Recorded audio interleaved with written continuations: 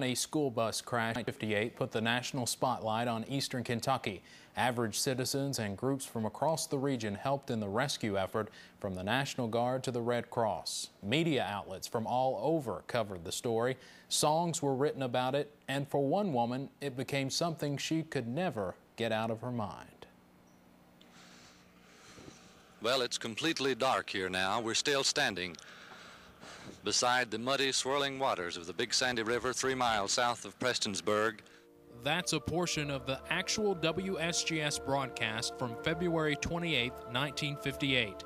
Ernest Sparkman was describing the scene as brave rescue crews continue to search for a bus that plunged into the Big Sandy River, killing 27 people.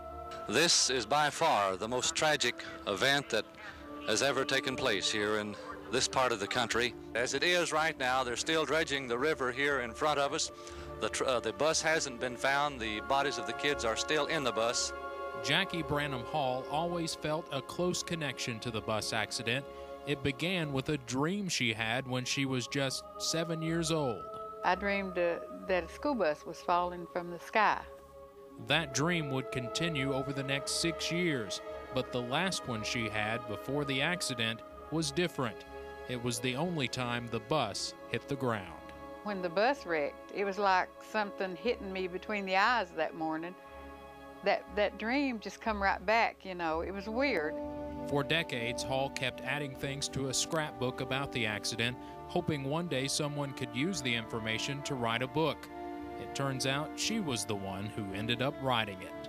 There's a lot of tears been shed over this, because as you study this, as you work with it, and you hear these stories, it just tears you apart. Hall's book was published in 2004. And whenever anyone picks that book up and reads their story and sees their pictures, they live again for a little while. It's a story that moved many people. At least 6 songs were written about it, including this one.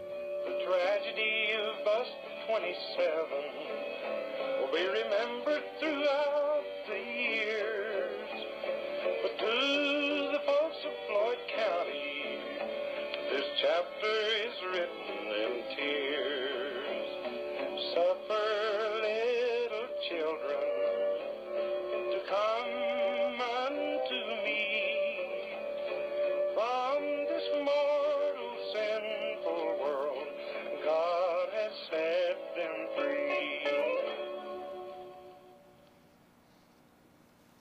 Jackie Branham Hall is working on a second book and a screenplay about the disaster.